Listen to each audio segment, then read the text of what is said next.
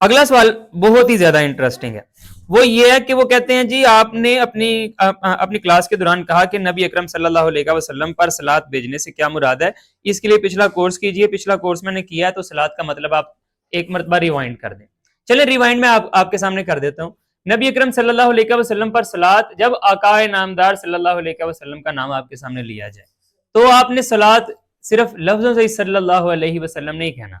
بلکہ آپ نے اپنے آپ کو یاد دلانا ہے کہ نبی مکرم صلی اللہ علیہ وسلم کا ایک مشن ہے، اور میں اس مشن میں پوری طرح سے آقا کے ساتھ متصل ہوں، آقا کے ساتھ پوری طرح سے آقا سے یہ ایکوائر کروں گا، آقا سے ہی سیکھوں گا، گین کروں گا طریقہ، اور اس کو میں امپلیمنٹ کر دوں گا۔ آقا سے میں پوری طرح اس طرح سے رابطے میں ہوں کہ میں آقا کے مشن کو سر انجام دینے کے لیے سر دڑ کی بازی لگانے کے لیے تیار ہوں۔ یہ آپ نے خود کو جب آقا کا نام سامنے آئے آپ کے اندر یہ والا جذبہ رینیو کرنا ہے، پھر آپ اس کو عملی جامہ پہناتے ہوئے زبان سے کہیے یا رسول اللہ صلی اللہ علیہ وسلم میں آپ کے ساتھ ہوں۔